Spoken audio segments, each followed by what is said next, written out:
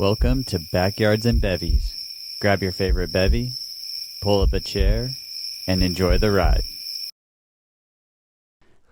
Hey, welcome to Backyards and Bevvies.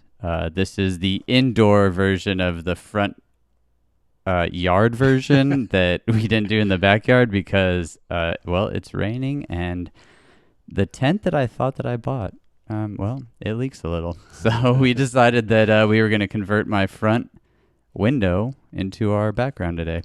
So welcome to Indoor Backyards and Bevvies with Tom Beaupre, my touring friend that I met. He was a musician on the road that I got a chance to spend many, many years with. Yep. And though we will talk some about those fun times maybe, I'm more interested in what you're up to just kind of in general on the backside of touring because, again, in the realm of audio and touring and lighting and video and bands and all this stuff, I think there's like such a deeper world that no one gets to really experience because they're just so hyper focused on you playing on stage. Yeah. And to me, meeting people like you and then hearing your story, I'm always like, oh wow, like I never would have thought that you were into finances and going down the whole rabbit hole. It's like, okay, cool. Here's Tom. He's a bass player, but he knows so much more about how to set up like my 401k and things that actually, again, cool. Music does make people happy and there's so much to that, but like, I want to retire one day. Right. Well, once the deeper I got into the music industry, I saw such a lack of preparation for anything outside of tonight's show, especially when it came to finances. And so that's kind of always been something that's been impressed upon me by my mom, I think, is where I remember getting my first job and she said, all right, here's your paycheck. Here's a savings account. We're going to take 10% of that, put it into this every week or every biweekly, whatever it was I was getting paid. And then she said, here's the rest of your income. How are you going to split that up for, food, for drinks, for whatever you're going to do? And so she really just showed me how to budget, not just budget like, okay, this is how I'm going to make it through college, which I did. I had a roommate be like, what's that? I was like, this is how much money I have and this is where I've spent it. It's called a budget, But it really showed me the importance of just like a rainy day fund, the savings to just like prepare you for the unforeseen, right? Yeah. And I noticed I was like one of probably one doing that in the music industry. And then from there, I became the guy that like was fascinated, by write-offs and the tax implications of being a 1099 versus a W-2. And so I got really nerdy into that whole world and became the guy that everybody was like asking the questions like, hey, what's this I-9? And I'm like, well, that means we're getting paid like, That's important stuff though. It really is. There's so many people. Okay. Over the years of touring, it's gotten more popular, but it's because of guys like you that turned around one year and came back to the tour the next year and said, yeah, actually my tax, blah, blah, blah, blah, blah. I won. Right. And they're like, wait, how'd you win? Right. You're like, well, let me tell you. Yeah. It's typically that conversation where it's like, bro, I owed $6,000 on my taxes. And I'm like, oh, I actually got made $2,000 this year. Yeah. Like, whoa. We do the same thing. Yeah. How did you do that? And I'm like, I have this thing called an LLC, and so, anyways, fast forward to 2016, I met, who is a CEO of a company I now work for. Mm-hmm. He owns what's the parent company's Lansdowne Private Wealth Management, which is in Virginia. He's opened a branch in Nashville called Nashville Private Wealth Management. Has a place in Boca Raton called Boca Raton. He's really creative with the naming. I'm seeing a trend here. So his firm sponsored me and I got all my licenses to be a financial advisor. So I studied on tour. I remember so the Series 7, it's a 6-hour test, 240 multiple choice. Yeah. And so it's not a test for the meek of heart. No. Yeah. And so the studying thing I did was online, and to get to the next chapter, you had to pass a test, and it would be like 100 questions for that chapter. And so I remember we were doing a festival, Dustin Lynch was on stage. We were the headliner that night. I had earplugs. I think Beats noise canceling, just so I could like read the questions without hearing Dustin. Because Yeah. the way our trailer was facing the stage, Yeah. we were just getting blasted, and it was just so loud. But the bus, the bus has 10 people on it, so I was like, this is literally the only place I can like quietly read and do this test. And everybody's not studying for a test. Exactly. Like the last thing that I think most people say on the road is, I was studying for a test. Yeah. So, anyways, that I took about 6 or 8 months to study for that test.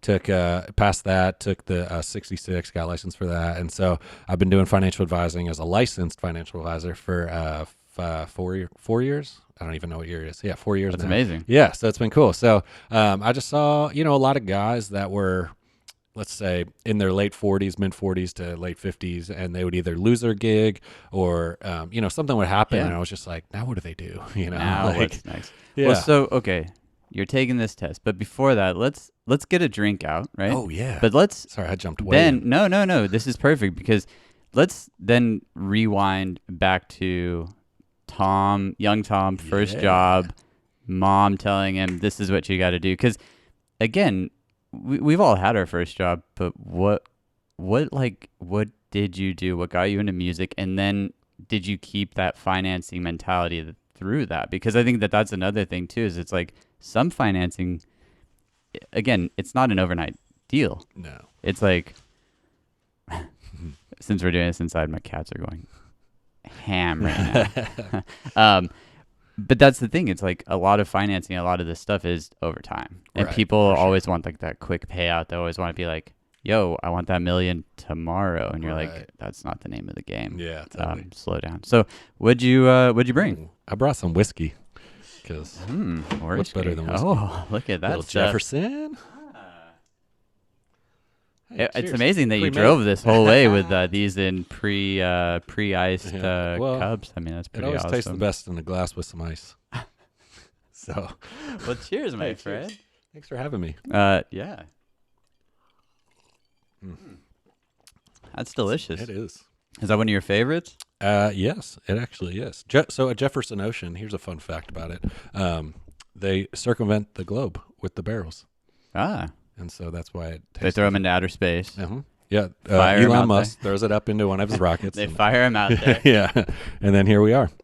But no, that Jefferson's a great one. I love it. That is really, really tasty. Yeah, So you grew up in Pennsylvania. Yeah. I know that for Outside a of fact. Philly. Outside of Philly. Born and raised. yeah. In a playground. 610. That's right. Did you grow up watching Fresh Prince? Oh, of course. Yeah. I think that was like a standard. Yeah. Who right? didn't? Yeah. What was your first job there? Okay, so what age and what was your first job? Let me think. So I always did like random stuff, like whether it was like babysitting or coaching soccer for, okay. like our in high school. I remember our team, like soccer team, the varsity team would like, I think our coach did like a summer camp or something, but he would make us be coaches for it for like the 2 or 3 weeks. But then I worked at the YMCA as a golf coach, even though, Paid? yeah, Wow. yeah, I didn't know anything. Yeah. It was literally like a friend that was just like, it doesn't matter. They're 4 years old. Just make sure they don't hit each other, Yeah, and you're just keep 'em killing safe. it. Yeah. So I don't remember what my first job was. I worked at a soccer store. Okay. But you came home with those little paychecks. I'm assuming Yeah, they're, $50, $100 here and there, maybe. Yeah, a couple $100, and That's perfect, though, as a young kid Yeah, that doesn't have a lot of bills. I mean, I definitely wasn't doing responsible things with that money back then. No, I don't think like- anybody does. Yeah, it was. Yeah, I was paying for gas in my car to, Yeah. Go to take the girlfriend what's out. the big mall? King of Prussia. Yeah, right. that thing up there. Woof. Yes, You got to have money to go walk around Yeah, that you mall. do. That is the fanciest mall in America. There's no roller coaster, but there is. It's something like, what's the stat? The most stores per capita, I believe it. or something like It's that. I don't giant. know. Yeah. It blew my mind the first time I Yeah. ever walked into that place. So Mall of America has like 4 PacSuns. King of Prussia has like 1 PacSun and then a bunch of swanky stores. And so they don't Yeah. repeat any stores. So it actually is like the biggest mall Yeah, without what's up? a roller coaster. Yeah, we can Cheaters. call them out right now. Hey, what's up? You can't just like double up your stores. Yeah, exactly.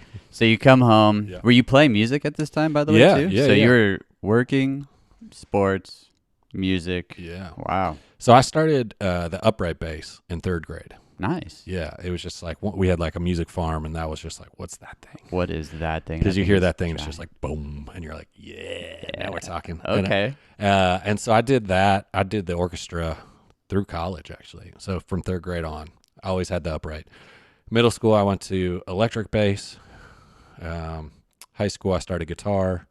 And then college, I did everything. I was playing, but like in youth group, I was playing electric and singing and acoustic, whatever we were doing. It was just like learn how to play drums, and how everybody does in youth group. It's like, where's the need? I'll figure it out. Of course, I think that preps you though later on to like be very musical. I guess you could say. So then you can like do more. Do you play the piano?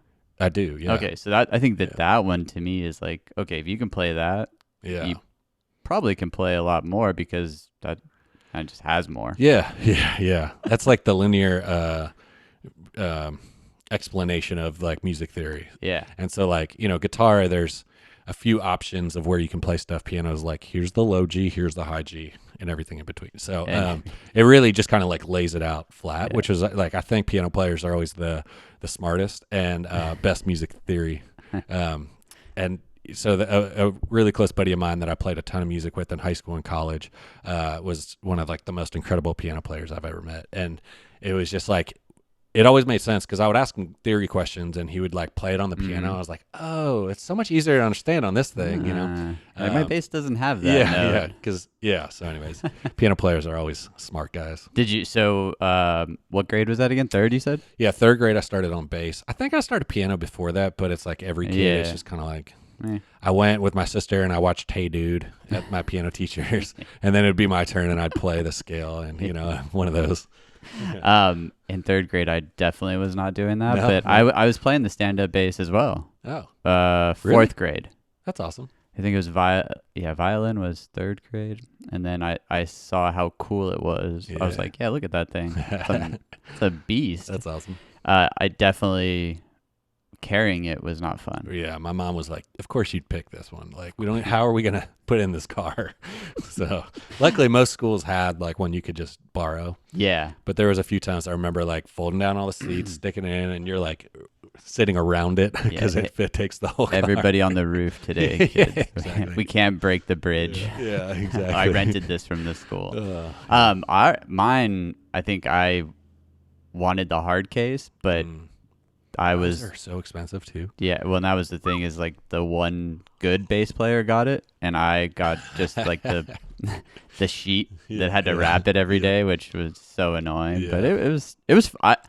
I will say, looking back on it, I wish I would have kept going. Yeah, that's how I feel now because I've really let my skills lapse, and I'm like, I don't know. I miss playing classical music. I miss just like being really proficient on an upright. There's something just beautiful about, and maybe this is because I played it so much in my life, about a stringed instrument, especially like bows and like Edgar Myers. He's a big upright player.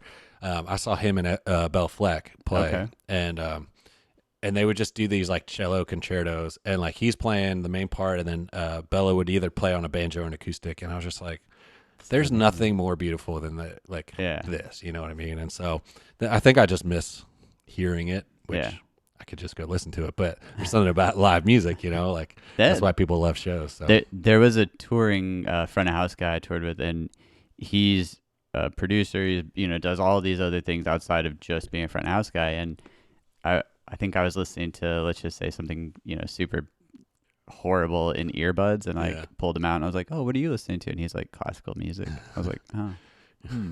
And I had to think about that for a second, but then going later on and doing it, I was like, this is very relaxing as opposed to listening to the same drum beat over and over, or the same whatever. And so I can agree, like upright bass is definitely, or just strings in general, is just super cool to like go and see and stuff like that.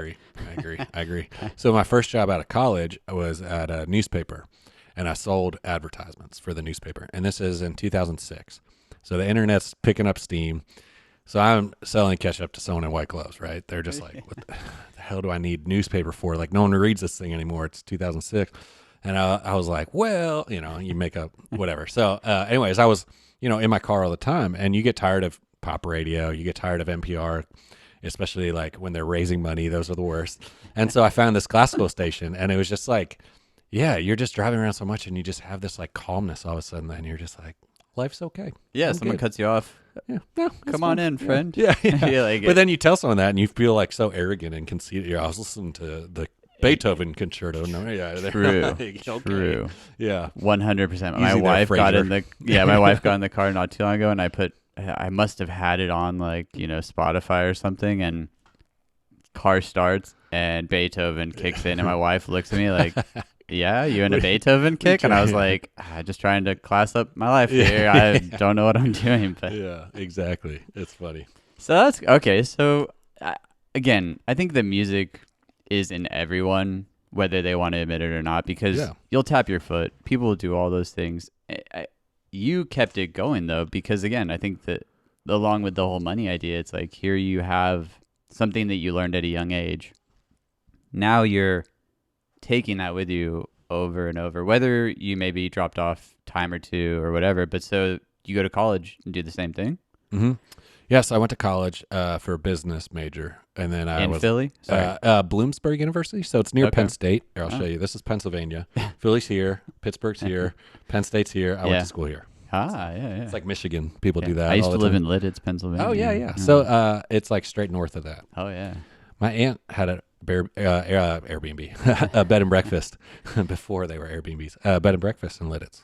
There's a lot of those. Yeah. It is a mecca for the elderly to go up there and like vacation. I think it's like a good because what's 81 that goes up there. It kind of is just like people that travel. Yeah. It's just kind of like that middle ground. There's near a lot of Harrisburg. Amish that go Amish, up that road. Yeah. Oh no, I'm thinking of the main like 501. But yeah, it's okay. So you go to school above where I live. So kind of middle of state, and then after the first semester, I was supposed to play soccer there. That's another whole story. That doesn't pan out. Play rugby, and then was like, you know what? I want to be a part of the music program, and so had to take some music tests, and then they were like, yeah, you're approved. Come on, be a part of this. So I did a music major and a business minor, I think is how it panned out. Okay.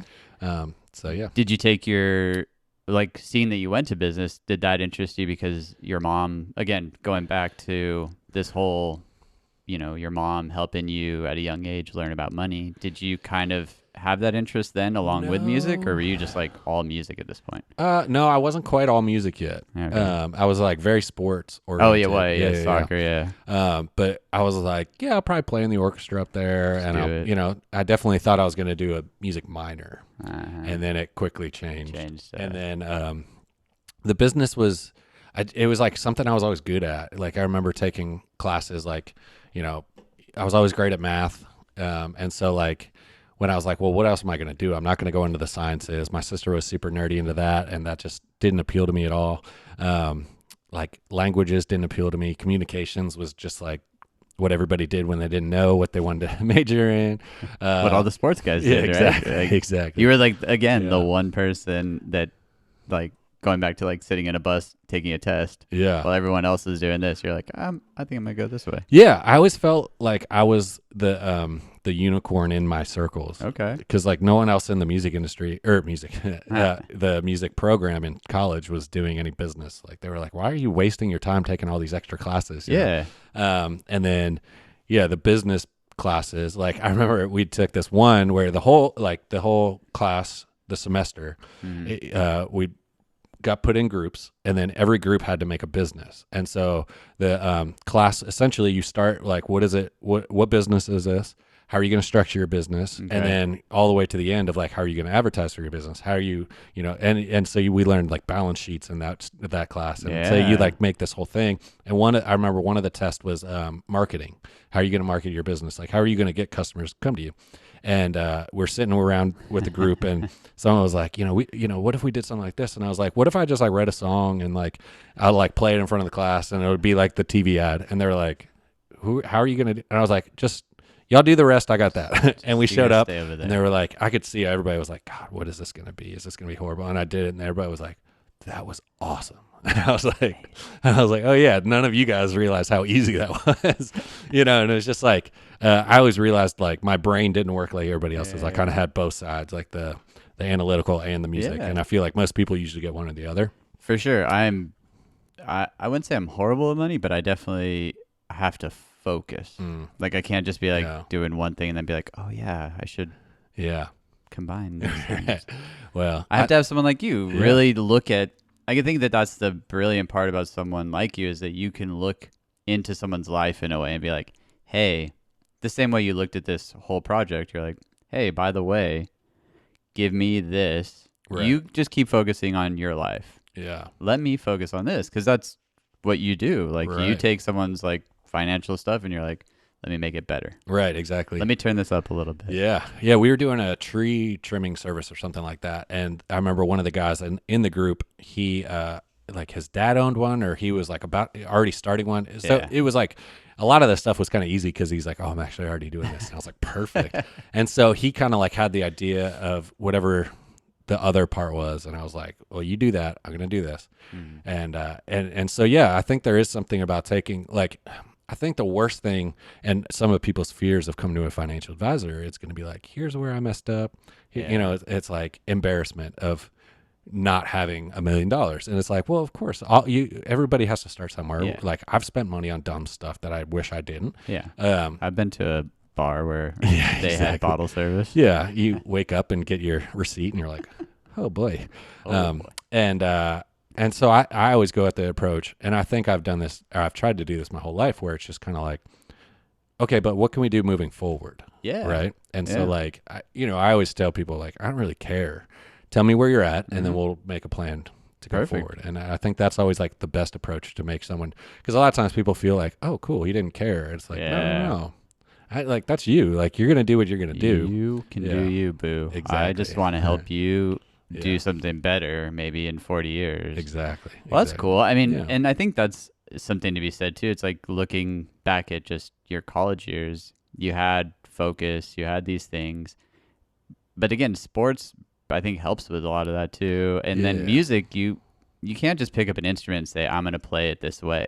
Right. You have to really get in there and you really have to be dedicated. Yeah. And I think money is the same way. And people want the easiest way to get money. And that's not how money works ever. Like it doesn't grow on that tree and it's not going to grow anywhere and you're not just going to magically find it. And if you do, you're probably just going to be just as bad as you were finding it. Right. So it's like, in college, you were like kind of laying the groundwork then to get to this point now, right? Yeah. So I took classical guitar was like one of my focuses. Those are the synthetic string typey things. Yeah, the nylon strings. Yeah. They're beautiful too, by the way. It was if you've fun. Never heard one. Yeah, it was really fun because it was like really different than anything I'd ever done on a guitar. And so one of the best lessons I learned was he was talking about how to practice. And like a lot of the music like classes would talk a lot about like how are you practicing, like where are you spending your time, how do you diligently spend an hour with a guitar, a bass, or whatever,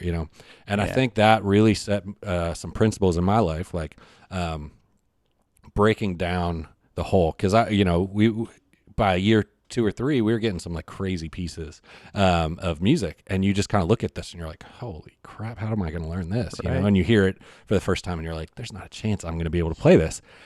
And then so you start breaking it into sections. You're like, I'll learn the A section, then I'll learn the B section, and then I'll learn the C, and then all of a sudden, and like one of the things my teacher, I remember him always saying is, if you start with the A section, and then you go to the B, don't practice the A and the B when you're practicing the B.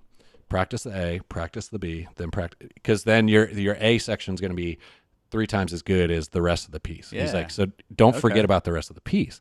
And to me, in my mind, I was like, oh, that's brilliant, because so many people focus on the beginning and forget about the end. And so you start, let's say, relate this to finance. Let's say, like, okay, I put like 10% of my paycheck away. Yeah. Okay, that's just the beginning, right? And so if that's where your focus is, and then you kind of like forget about the rest, or don't pay as much attention as you did to the beginning as you did to the end gets really sloppy, right? Yeah. And so the whole practicing thing really just like, I think, opened my eyes to a lot, because I think musicians are obsessive, right? Like annoyingly so. Go ask a musician. Go ask a guitar player about their pedals. If I had to say the 2 most obsessive ones would be drummer, guitar. Yeah, exactly. Oh yeah. Bass players don't care. It's like, I got 4 strings. I'll see it. Yeah, I'll be in catering. Exactly. I'm gonna go work on my finances. Yeah, You guys have fun. Yeah. Fine tuning. Telling me your tone's yeah, way better from this whatever. pedal. Yeah. Like, I feel like only musicians will get that joke. We're doing a pretty. I think we're doing a pretty good job of building analogies. So I'm you could. That was a good one. I'm trying.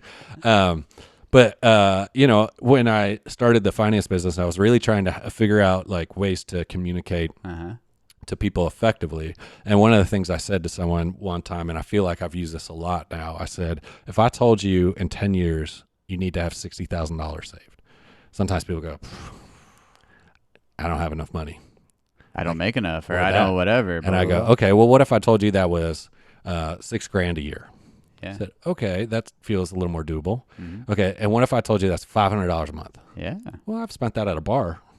Probably most people probably spend that weekly. Right. At a bar. And so all of a sudden, instead of seeing the big picture, all right, let's break it up into sections. Mm-hmm. And so a lot of times, and that's like obviously not doing anything in the market. That's just like literally stopping and going, that's $25, $133 a week. That's sacrificing a coffee.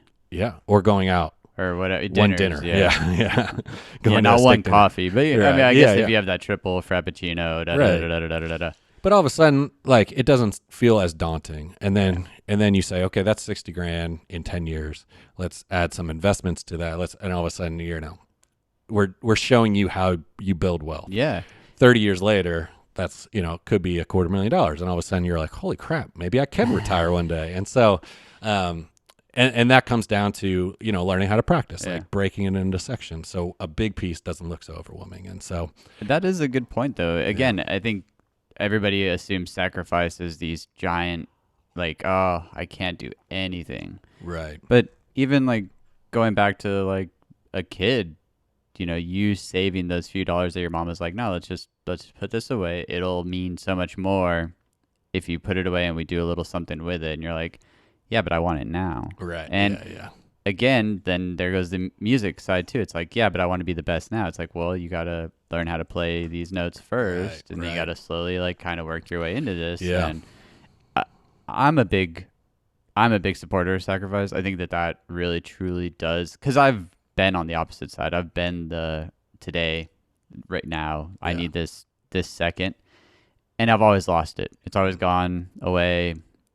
But looking at these other things, like, oh wow, I was able to have this nest egg for a rainy day. And like the pandemic showed me that, again, I think a lot of people got to look at who they were during the pandemic and see like, oh, dang, I didn't save anything. Or, you know what, it's going to hurt. And maybe I have to start back at 2, but I don't have to start at -2. Right. Exactly.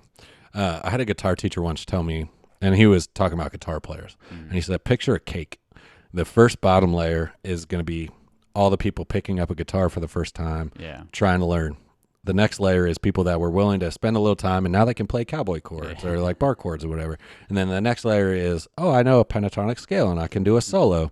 The next one, and it just keeps getting smaller. And he was saying every smaller layer of the cake, less people are willing to put that time and effort in. And then when you get to the very top, it's like moving to Nashville. All of a sudden you see these guys that they're speaking a different language. They hear things differently. They can just hear a song, and all of a sudden it's just like they've recorded it and it's a #1 song, and it took them 3 tries, It's amazing. And that's the 1%. And that's that's the bride and groom at the top of the cake, I guess.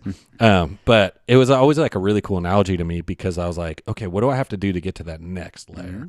And I think you can put that in all of your life, whether 100%. That's business, finance, music, whatever. I think it's such a great mentality to think like, I don't have to get to the top. I just need to get to that next layer. Yeah. And then I'll be that much better. There'll be that many less people competing with me, or like, whatever you want to call it. 100%. What if like, even looking back at, like, I could look back at myself as a teenager. If someone would have put it to me then, like, instead, like, cool, like, we learn a lot of in school, and I think a lot of it's like, sure, helpful in certain ways, but at the same time, I think more people are interested on how to live eventually. Like, and if maybe not in elementary school, you're just looking at like, I just want to play. Middle school, you're like, all right, I'm interested in whoever that is now. Yeah. And then when you get to like the high school, college level, all of a sudden life starts to become a little more real every day because you're starting to realize you're getting closer to having to do something like a job or nowadays it's changed. I think like us looking back, we didn't have the YouTubes and all these other things that were potential to go into. It was a lot of like, you have to go down this route. You have to go get a college degree. You have to do all these things. But even someone that has a super big talent, like the 1%, that you're talking about, because like there's people who are just naturally talented. True. Even those people though should still have those plans, and I think that those people do though generally have those plans. And so I think if we could funnel kids at a younger age into knowing about stuff like that and looking at it in the perspective, it's like, look, maybe you don't reach this pinnacle, but maybe you get pretty close, and getting up there is a cool thing. Like, look, not everybody's gonna get even into the middle, but knowing that every day you could like wake up and be like, man, my finances were horrible yesterday. Yeah. But I'm not going to go get the coffee. I'm going to take that money. I'm going to go give it to Tom. And even though it's only $3, that $3 over X amount of time will now be $16 or whatever, like, I don't know. I always feel like I wish people, like my dad always did that penny thing with me, like a penny doubling and all this stuff. But he never like sat me down and like showed me how to truly manage my money. And I think that like looking at it now, I'm like, now I get it. Like I'm going to call Tom. But I don't get it though. Even as much as I want to say I do, there's so much to it. And like you're saying, wherever you are in that cake level, you really do have to start somewhere, whether it would have been 20 years ago or today is your start date. Right. I think a lot of people, and what I've noticed is like, it's too overwhelming. So they just ignore it. It's easier to ignore stuff. Exactly. There's the rug. Sweep it under. Yeah, exactly. Yeah. And so sometimes it's just kind of like, hey, we'll get into the weeds later. Let's just start here. And and that helps a lot of people, I think. That's cool. Yeah. Now, when you were in college, did you go into college with a little bit of a nest egg, or did you have to work too in college? Oh, God, no. I didn't have any. So whatever your mom gave you, you ended up blowing? Yeah. Those are those fun nights at bars? Yeah. My mom, she was very generous. Like, she covered my housing. Well, no, the savings part. Like, that happened after college. And so anything, she kind of just said, like, if you want money to go to the bars or to do, extracurricular, because she was very generous with my college, like paid for my college, and our meal plan and my housing. And then she said, anything outside of that is on you. So I got a job, and, I was making, back then I was probably like $5.15 an hour. And so, the $30 went to literally like going out that one night. You work all week to be able to go 5-cent pitchers. Yeah. Luckily back then beers were like $2.50. So, I remember, so I lived, in a house with 4 other guys, my last 2 years of college. And there was a beer distributor like 100 yards from our house. And a case of Keystone Light was $11.87 or something like that. Delicious. And so we would just all round up $3. And I mean, you're like scrounging through couches. Yeah. And when we'd have parties, everybody just like, we'd do like the dollar fund, just put $1 in and we'll buy as many cases as we can, 100%. And so we had a few parties where, you round up enough and you buy 4 or 5 cases and hope the cops don't come. And everybody has over 6 beers to drink. Exactly. It was great. Yeah. No, it was funny. So, 2 of the guys I knew since like middle school. They like went to my middle school, high school, and they were just good buddies. They lived together the first 2 years. I ended up moving in, and then it was just like another friend I played rugby with, and then another guy, one of my other roommates did a radio show with.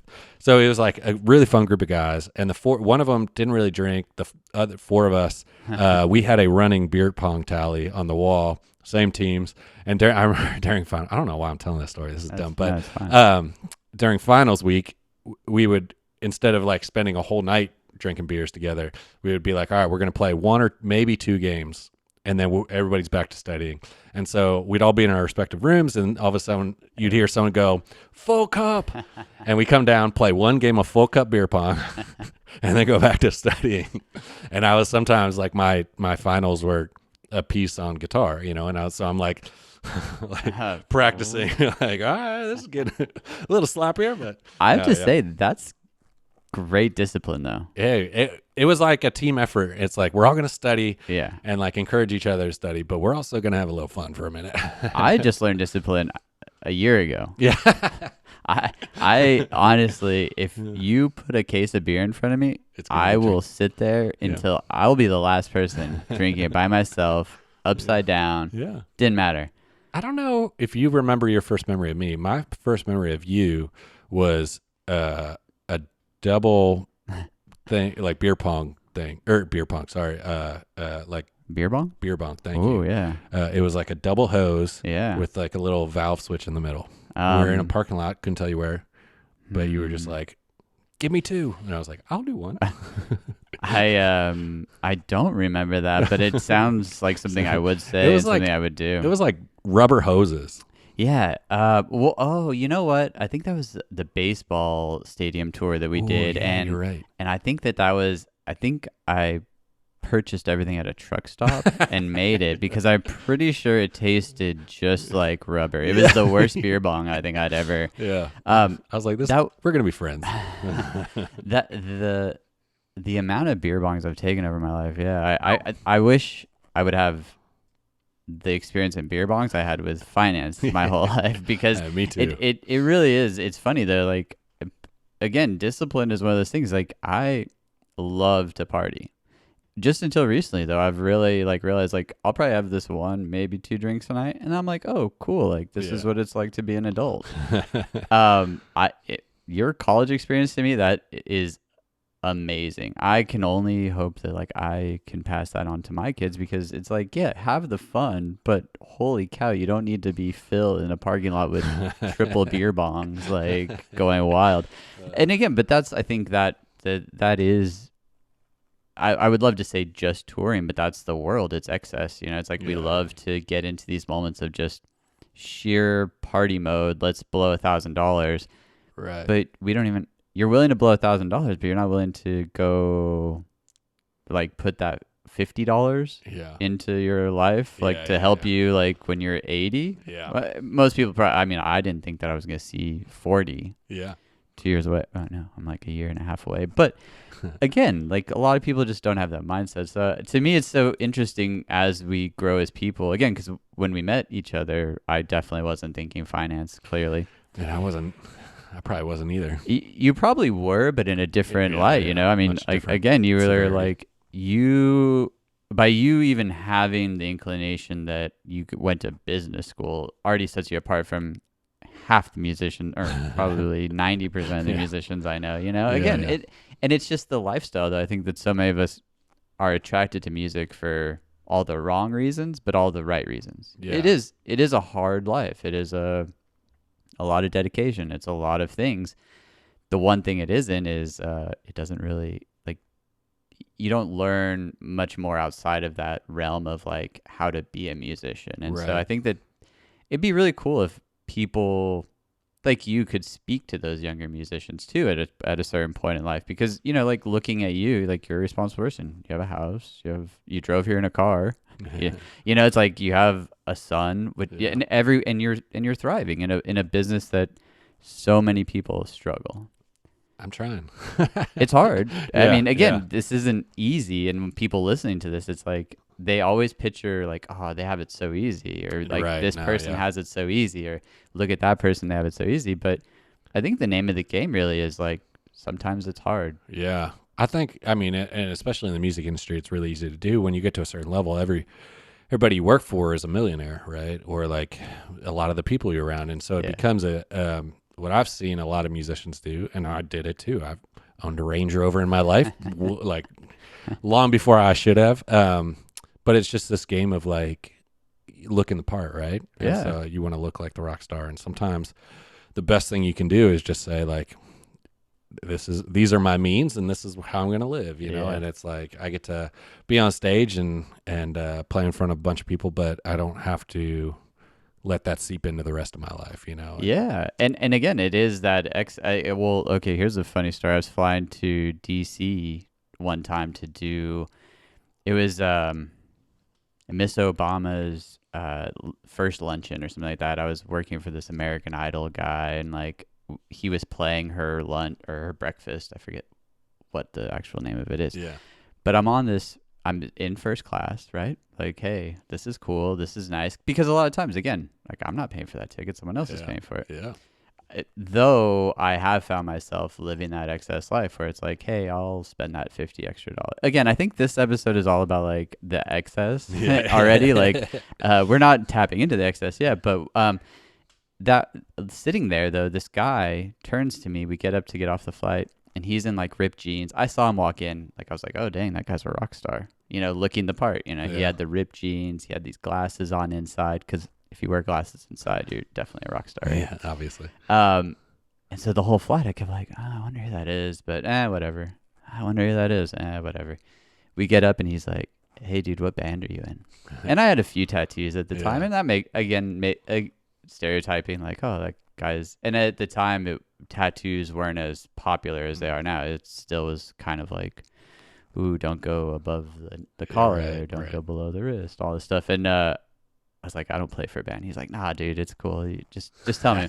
My kids listen to you. They love it. I was like, oh, if your kids listen to me, then who am I? And he just, it went back and forth a couple more times. And finally I was like, well, what do you do? And he's like, oh, I'm a lawyer, bro. And I was like, oh, well, you look like a rock star. You and your affliction shirt and your ripped jeans like scream something else. Yeah. And again, it's perception though. And so, I don't know.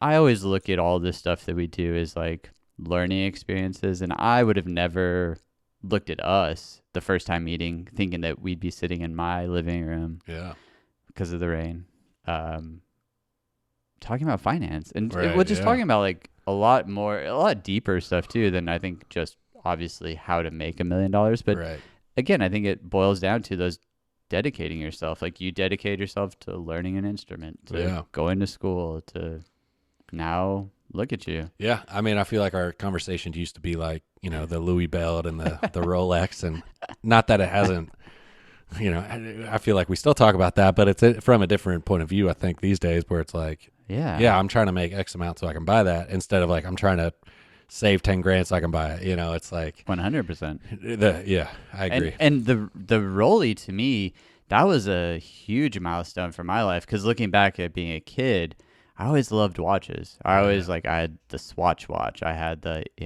worry about that. So my neighbor turned on their faucet or their grinder and and it fluctuates the whole neighborhood. No, and to me that was one of those milestones. Like, oh, I did it.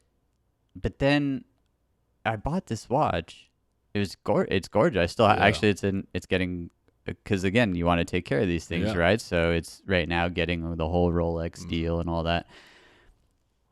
But I could have spent that money on something so much smarter. No, I don't know, man. Like, and I've had this conversation with my boss, because he is a big Rolex guy, and he's like, that's part of how you diversify a portfolio, because a Rolex, it's not like I spent stupid money on like diesel watches, and like, you know, they're 250, or like what was the other big one?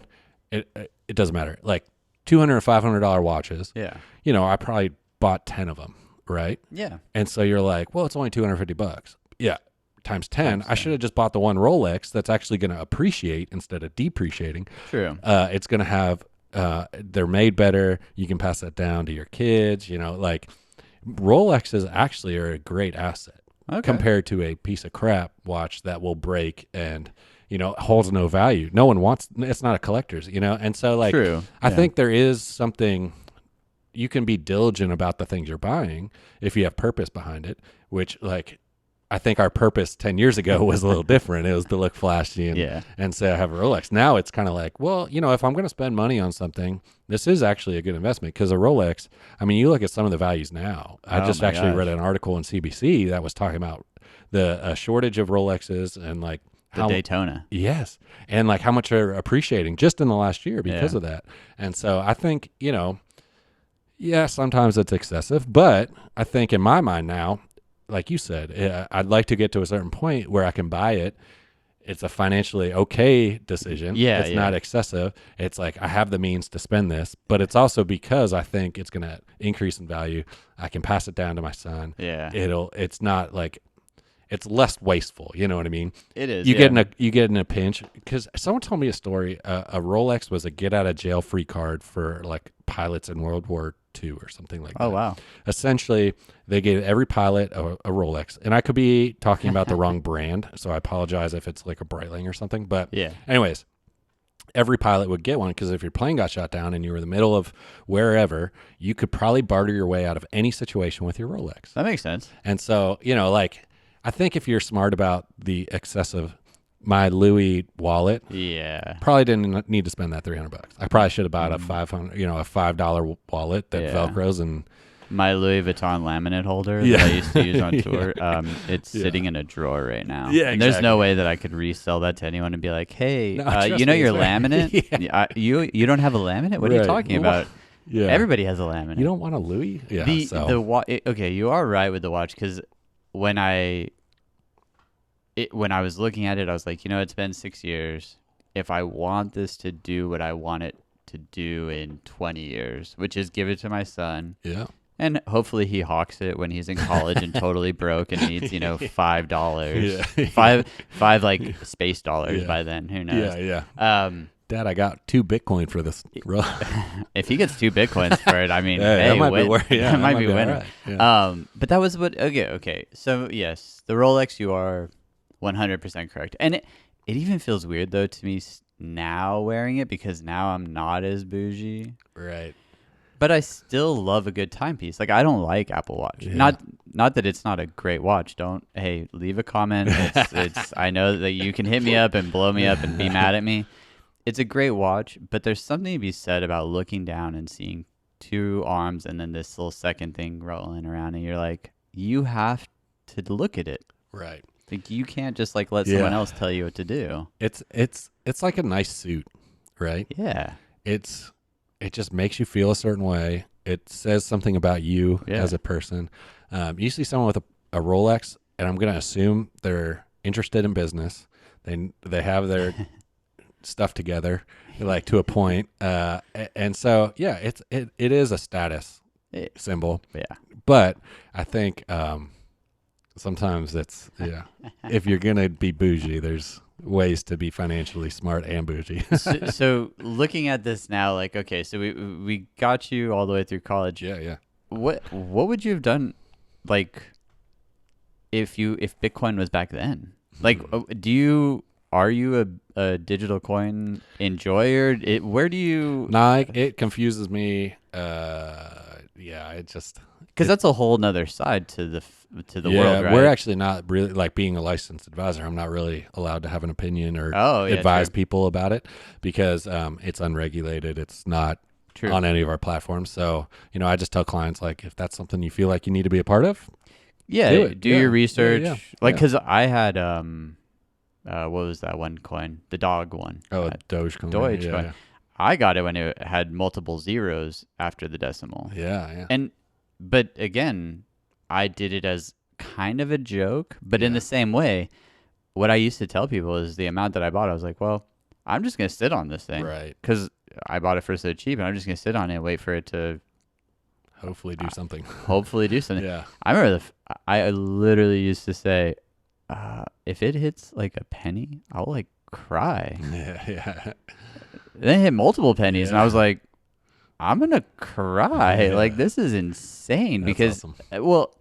and but I got obsessed with it though. So I got out probably at the, who knows when is the right time to do any of those You things. made because money, you got out at the right time. I Right? did, and that was it. And I used it to do stuff that was, again, pandemic was weird. There was like the weirdest things happening, but I had set myself up for those little bit of weird things though. Right. And I think I wish though, looking at it now, I wish I would have had a little more insight with you, because I remember we used to talk on tour and you're like, hey, you got a 401k and all those things? And I did. I had all these things, but I never read about them. That was the one downfall, is I never looked into the details. And I had this really cool thing that I thought was one thing, But then when I asked the one question, because it wasn't doing what I thought it was when I finally opened the paperwork well, I finally had the time to read some of that stuff. Right. So again, having someone like you in a busy person's life where you can take that info and say, hey, you've been doing this for 5 years. This really isn't doing what you wanted to do. Because could you imagine if you would have gone to college for business and then your advisor at the 4th year was like, oh, yeah, by the way, you missed a box. So we're going to need you to take 4 more years of this. It kind of hurt because I was like, man, I could have been so much more further along in my journey. Well, like I remember when I got married, my wife has a 401k. And I was like, did they help you like decide where to put, like what investments to pick or, and she goes, no, I just kind of like guessed. Check the box. I was like, and that's like one of the, I'm trying to use my words diligently. One of the issues with a 401k, I'll just say it like this. Yeah. There are people that you can reach out to and ask for help in education in this. Most people don't. Yeah. And so you're like, I got a 401k. That's all I need to do, right? And it's like, I remember I met with a buddy, had me look at it, and I was like, dude, you made 4% last year. Okay. And like, I think it was like 19. And like, you could have thrown a dart and probably made 20% in the market last year. Better. And so I was just like, hey man, like I might reallocate some stuff. And I didn't give him any advice. That's like pretty much the extent of our conversation.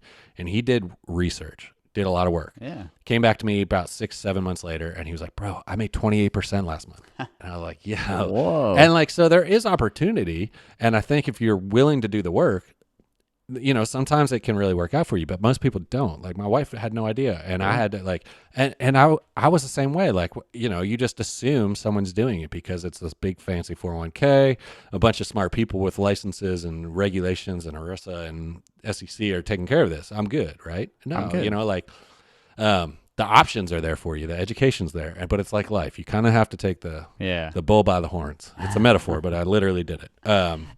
And so, so yeah, sometimes like, is she winning now though? Yeah. You guys are, yeah. Now she can say like, hey. No, what's funny is too, like, and this was early in my career with Nashville Private Wealth Management. I took it to our CEO and he goes, did you do this? And he goes, I was like, no, my wife just guessed. And he goes, holy crap. She should probably go to a casino. And one thing about my wife is she is the luckiest person in the world. Oh yeah. Like it's annoying. I will never buy a lottery ticket. She always buys them, and she usually either breaks even or gets a free ticket. Hey. It's like one of those. And keep going. Yeah, exactly. So she did a good job with it. We actually like really didn't have to reallocate at all. But that's like one of the first pieces of advice I give people. It's like just because you have it, that's not where it ends. Yeah. So that's cool. Man, I mean, that's crazy. It's like little details that really can change. Well, and again, little details. Like, cool, you know how to play the bass, but like my first song I learned on the bass that probably still to this day, if I really dug deep, was Jurassic Park's theme song. That's awesome. Mine was Nevermind because it was 4 chords.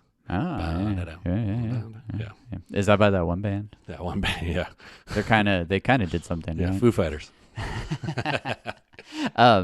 But I think that again like boils down to the fact like, cool, you got the 4 chords down. Right. Now where are you gonna go with it? Like, and all right, so you get out of college.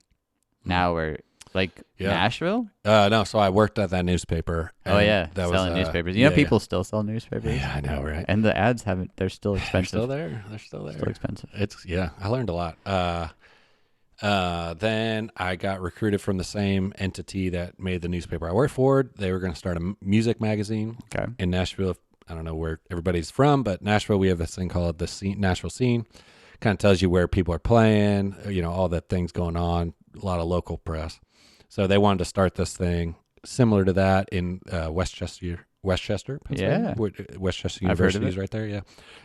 And they had, so it's like Jackass was filmed there. Yeah. They did a lot of stuff. You would see them roller skating in football gear down the streets of Westchester.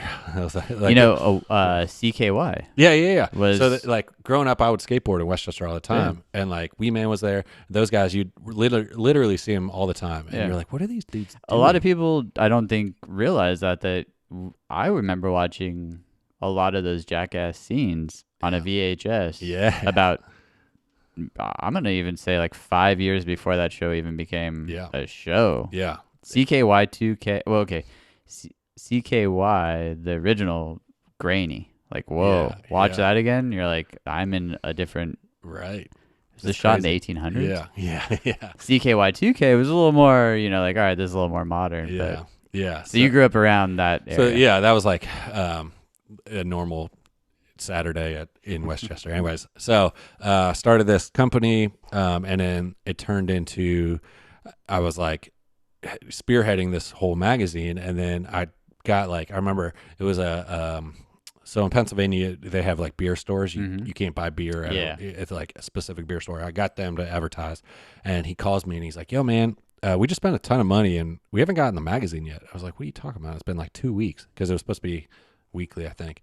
And come to find out, the delivery drivers were the same that were delivering the main newspaper, didn't want to do all these extra stops, so they just started throwing them in the garbage can. And I was like, oh, you gotta be kidding me. And so it just wasn't like the amount of effort behind it that I felt like, and I started mimicking the amount of effort the everybody else was putting in, and I would show up late and leave early, and I was just like, is this really what I'm doing with my life?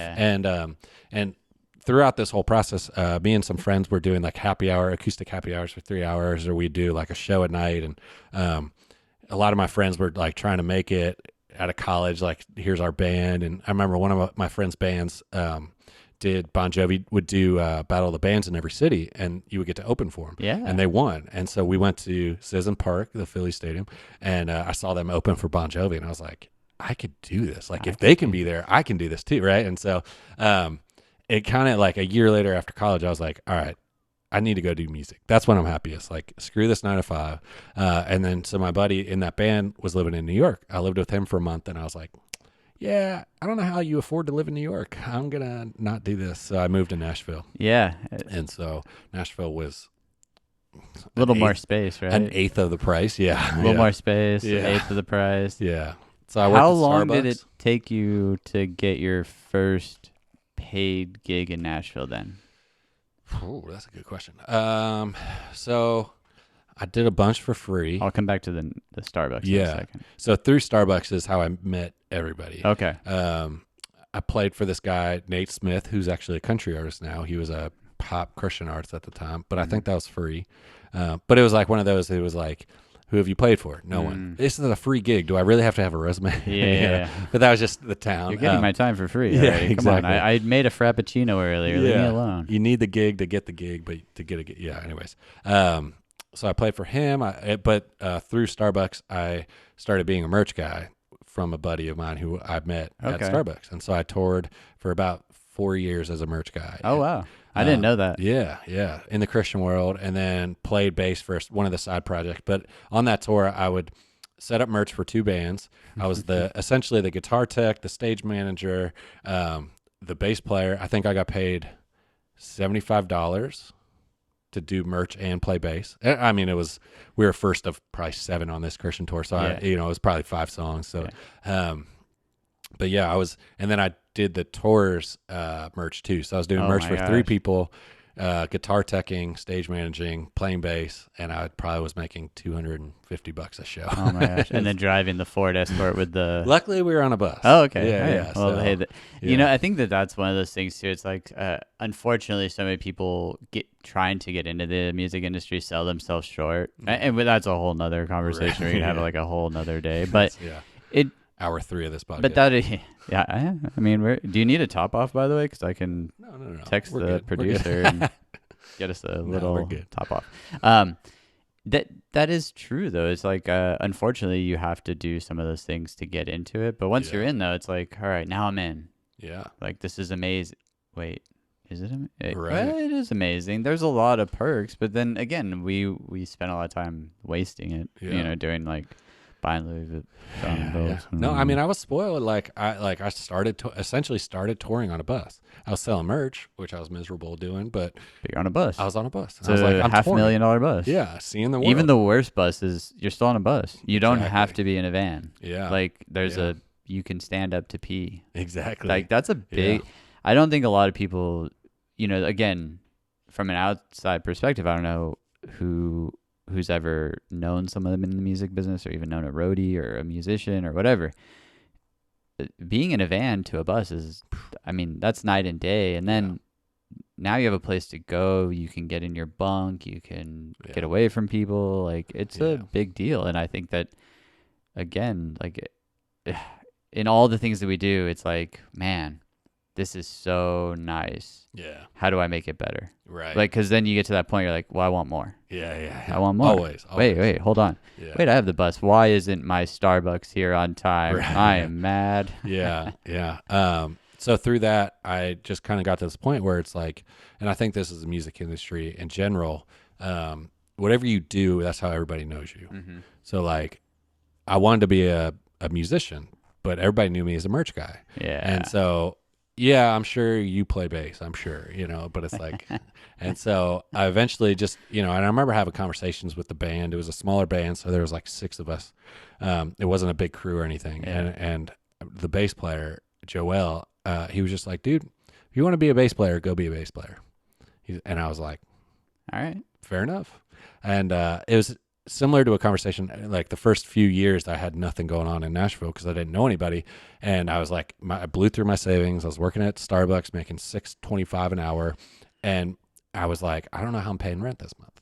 And I called my mom kind of thinking she'd be like, all right, I got you. And she goes, well, if you want to do this, you're either going to figure it out or you're not. Yeah. And I was like, your mom's pretty rock star. Yeah, she is. But I remember hanging up being like, because I just left an interview for like some sales position, and he sold me on like, you could make $125,000 a year selling this. And my mom was just kind of like, but you moved down there, like you could do that here. Like, why are you taking this, and then like, if you're worried about money, like figure it out and be a musician or don't. Sink or swim. And I was like, all right. So that was like a big lesson. It was like same kind of mentality where it's like, okay, fair enough. So I quit, and I had nothing for 3 months. And then luckily I was living with the FGL guys and Chase Rice and this guy, Brian Davis. We're all going to do a tour together. And the band that one of the guys said they had didn't happen. And so that's where like I met Bonds and Shirelli and the old drummer, Jason Schmidt. Like we all played. And so we played for all 3 bands. And we were on one bus. And so it was like, you could imagine it was a bit of that's wild. A wild tour, and we just did the Southeast, but it was fun. And I was like, holy crap, I'm making whatever I was making. I can't even remember, playing 3 hours. Who cares? I was playing, right? Yeah. I got to play you music. Were on stage. I was on stage. I was the bass player, and I was just like, yep, all right, here we go. And through that, I like learned I was tuning pianos, still working at Starbucks. Or maybe I wasn't. I don't remember. I was doing like 8 jobs. But essentially it was just kind of like, I'm going to make this work. You know? And so, but I'm going to be playing. Did you, being on stage, do you ever like look back and be like little Tom picking up the bass for the first time and be like, man, I would have never thought this, or I always knew, I just never knew when? So, yeah, I don't know if I believe in like premonitions or like what's the secret, that kind of jumbledness. But I remember like I would always think back to like my neighbor was playing guitar in middle school, and I just got one of those Ibanez basses that came with a practice amp, and we were like, let's jam, and it was like horrific. It was just like neither of us knew the same song, and I couldn't. Play GD. Oh, I don't know what number of fret is that, So I think back to that a lot, where it's like, oh wow, that's cool. But then I remember there's this Ben Harper DVD. I couldn't tell you which one it was, but he talks about being in his closet, and he was like, I just saw myself in front of crowds. Yeah. He's like, I just knew it was going to happen for me. And every time I went to see a show, and especially like I would get this anxious feeling, and this goes to like. We can talk about ghost stories and all that other stuff. And I've had some weird things happen in my life, but it was just one of those where I was like, I'm going to do that one day. And maybe it was just my persistency, but like, it wasn't like, will I? It was like, I'm going to get there. Yeah. Whenever I saw someone playing, whether it was like an arena or a club, get there. I will be doing that. And so call it what you will. That's pretty awesome though. Yeah. I was just like, I'm going to make that happen. Okay, so now we got to go all the way back again, right? Yeah. So now you've made it.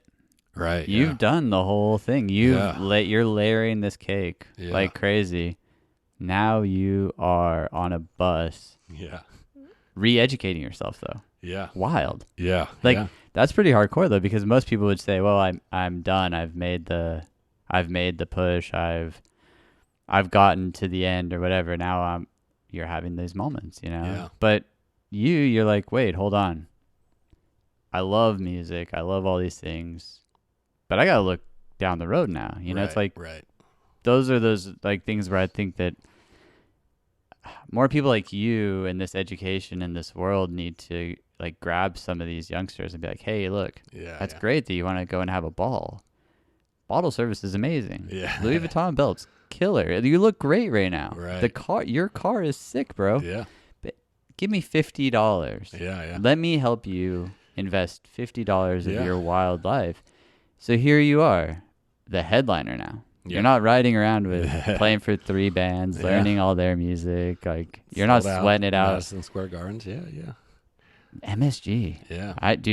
I remember that night with you. Yeah. Because the day before, I remember people were like, "I've never been here before," and I'd already played MSG a few times by then. It's amazing, like, change your kind of like perspective of like, holy cow, you're on the 5th floor. Yeah. No one ever realizes that, and like when the crowd jumps, that whole thing moves. It does. So I remember I went up to the very, very, very, very top, and it's like built like. It's like Red Rocks. It's like built like this, right? I should do this. It's steep. Yeah. And I like psyched myself out that day, and I like got on stage. And I was like, "Oh my god, I'm here!" Like and the first like 2-3 songs were shaky because I was just like, and then all of a sudden you're like, all the greats had played there though. Yeah. You see Billy Joel's like jersey hanging 23 times or whatever it is, and you're just I think at this point it's like 700 by the time this gets released. Yeah. But you literally sit there and you're like, no matter where I go, who I play for, like we've sold out MSG. That's pretty cool though. So before the renovation, it was even a different place, and I used to take people to the top to show them that 10th floor, looking down on that 5th floor. I mean, you're crazy above Penn Station. You're like there. There's just so much to that building. Yeah, and people like from let's just say a roadie's perspective, some people love it, some people hate it.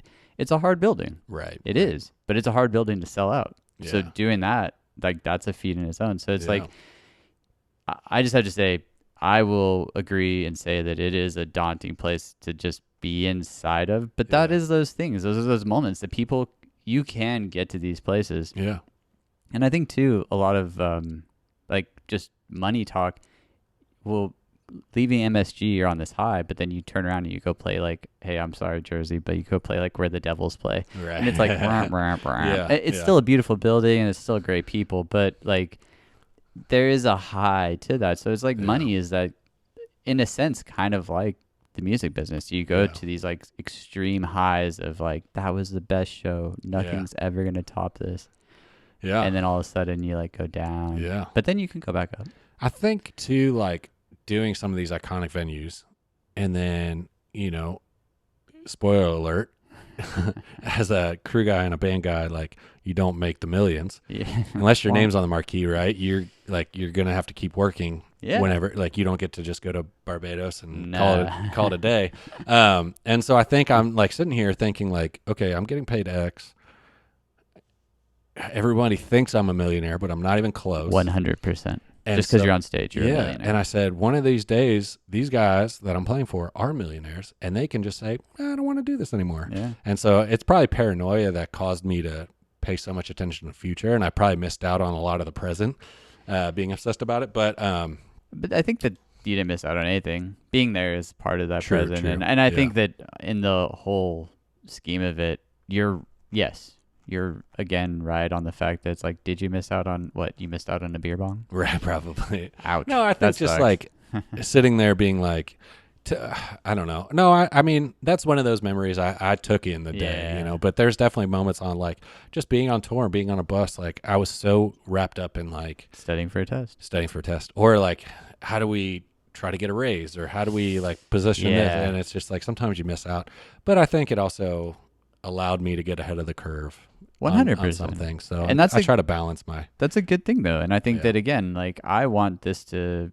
hit people deeper than just like, cool, here's Tom the musician. Right. Here's someone who has done this, has done the dips and been Yeah. around, but he's also talking to me as like a real person and saying like, look, dude, like I'm not telling you that you have to give up everything you're doing, but you can be really smart about what you do, and you can look at your life and say, hey, do I really need to go to the bar every Thursday night? What if I miss that one Thursday night? Right. And then I go invest this. And the thing is, too, it's like, hey, here's someone that you can trust, too. It's like, here's a real person. Because, again, I think a lot of people are just so terrified because they hear these stories like, oh, I gave my money to this guy and he just ran with it. Right. Oh, yeah. Dude, And that's what's true. unfortunate is there's a lot of guys that are schemy. Well, and again, like, unfortunately, you live in Nashville, so not every listener can call you. But sure they can. But they can call you and maybe get a reference, right? No. Oh, you can do anybody. I can do every state, yeah. Oh, see? go. Hey, there you go. See, and that's, again, like, being naive to, like, state laws because, then again, we think, like, oh, well, I can't call this person because they can only do stuff in this law because, like, my friend's a lawyer and he can only practice in. Well, lawyer you have to be, but I just pay a small little state fee and then I can work with whoever. And see, that's great though. And I know that I've already passed your name off to a close friend of mine who's young. He's like 22. Yeah. And he's like, I don't want to be in your position, Phil. But again, I'm a good example. Like, am I living? No, my life is fine. There's some good stuff, but could my retirement be better? Right. Sure. Like, could there be a little more, cream over there in the coffee? Sure, whatever. We've had some good times. We've had some good times. and again, like wrapping this up and slowly coming to an end, I think that it's so cool because I've never known a lot of this stuff about you. Yeah. I mean, we've hung out a gajillion times and had a million beers probably. Yeah. But it's kind of cool because, again, like, it makes me know, like, when I turn around and I'm like, okay, I went through a hard time. When I'm ready to reinvest, I know exactly where I'm going, and I know exactly who I'm going to talk to, and I know exactly that, like, that's a nice, again, it's reassuring to me that I'm not just going, and no offense to any of the apps or any of those people that they tell you, like, oh, just deposit $100 in this app every month. Yeah. But I've done that, and sure, like, it shows me I'm gaining like a percentage here or there, but there's no real body looking at me as a human and saying, right, Phil, you have a kid. We need to look at this in a legit way. Yeah. And so maybe it's not the kid that you have, but maybe you just want to go like live somewhere else, like when you retire. And so it's like you can really truly help some people. So I mean, I really appreciate you taking the time today to come out here and joke around and have some fun. I still think it's hysterical that you're sitting on a bus getting ready for a test before a show. Well, again, probably everybody else is having a red Solo cup full of whatever. Yeah. It's funny too, because now that I'm on the other side, like in the finance industry, people always read my resume and, that's always, so you were a musician, tell me. And it's like, yeah. But then on the musician side, it's always like, tell me everything because I don't know anything, but that's like, that was the whole reason I wanted to do it, was to like be the conduit for both sides, help. But yeah, it's I'm definitely a unicorn when it comes to. So okay, a couple quick questions before we let you go, Mr. Unicorn. Lightning round. No, so if you could meet one financial person in this whole realm of billionaires and millionaires and all these people to ask, if you just had one question, who would it be? This might be a little hard, so you don't have to answer it completely 100%. But world? Or like, let's just say in the world, like, I mean, there's a lot of people who do some pretty amazing business stuff. Yeah. Like, if there's one person that kind of stands out to you, Drake. Yeah. Honestly, no, probably Drake's manager. No, I think I'd want to like go on Shark Tank and ask those guys a bunch of questions. Oh, yeah. Because the people that can like not only own multiple businesses, but find a way to like implement teams to run that business and like just oversee everything. Oh, yeah. I think that's like brilliant, Logistics. Yeah, it's just like they're smart enough to put the people, because I think that's what makes a good leader, right? Finding a team and trusting that team to take on and lead and see your vision. And so like some of those guys that have multiple businesses, like Mark Cuban, like tell me what a day's like in Mark Cuban's life, right? I can only imagine. He recently waved at me not too long Did ago. you? Yeah, and it was intense. He's just an intense person. Yeah. I mean, but you could look at him and see that he's thinking. Yeah. Are they fortune tellers? I mean, sometimes I think they make their own fortune, right? Like they create. That is a freaking statement there. They create the opportunity, right? And so they just say like, take the chance, right? Yeah. Shoot the shot. Yeah. Oh man. All right. Favorite band? Ben Harper. Oh. Or Fish. I'm going to go with Ben Harper. Ben Harper. How many times have you seen him live? Ooh, a lot. That was, I mean, like every time he came through Philly growing up. But like, I think what I loved about him and what also made me disappointed about the music industry is it's Ben Harper, right? Sometimes it's Ben Harper and the Innocent Criminals. And he just featured his band. Like he let them, like I just said, like he's the leader that found a bunch of guys that are really great and let them do their thing. Put them on albums, put them on, like did interviews with them. Most of the time it was just Ben and like it's his music. He's a writer, so I understand. But like that's kind of what I've envisioned the music industry was. And then I got there and it was just like, I don't do anything except play bass on stage, which is fine. I'm not saying I'm not saying it. But when you have this perception and then it's like, nope, that's not. He's the unicorn when it comes to like how he treated people and let other people shine and wasn't 100%. scared about. I got into the music industry thinking that it was all like the wrong thing. And then I was like, wait, I have to actually learn math? I was like, hold on, what's that Pythagorean theorem? I was like, dang it, I should have paid attention in school. I remember you working in catering one morning about like how the speakers are going to shoot in that venue, and it was like this whole magic. It's like, yo, you're smarter than I am. I don't know what you're doing. It was the bacon talking. I just like randomly would like hit numbers, and then somehow a show would happen. No, that's awesome. And again, I have to say, having you here and just kind of I haven't seen you in a while, and so it's cool to have you on the show. And I'd love to have you on again, just to maybe even go into a little bit deeper of like what people could or like, hey, look. Finance is like music. There's a million different avenues. There's ways to go about certain things that you want to do specifically, and I don't know it all, and I think a lot of people could. And what I'll do is I'll like throw your website please. down in the comments. I think the comments are here. Hi, I'm getting used to this whole like pointing thing because like I can say like you guys like subscribe, and then subscribe will show up. So but yeah, that's awesome, dude. And you know, congrats to you on taking that adventure down this road because you know, again, you're a very handsome man, and your hair thank you on tour used to flow around. 70 Tom, you know, like at 70 slapping your bass and stuff might be, I don't know, your hair. I don't know how hair does then. I don't know. We'll see. But I was just trying to keep up with Dustin Hook. Danny Shea. That boy has some locks. Man. He's a Philly boy too, right? Pittsburgh. Oh, Pittsburgh. Yeah. But PA boy, you know. All right. Well, hey, we always end the show with bottoms up. I think you already bottoms up yours. No, it's fine. But I will say, hey, cheers to you and all your adventures. Is it bad luck to cheers? No, here I can pour a little in here. Oh, perfect. Here. I got the coffee shakes. Oh, yeah. Too many. It's all good. Hey, cheers. Bottoms up, my friend.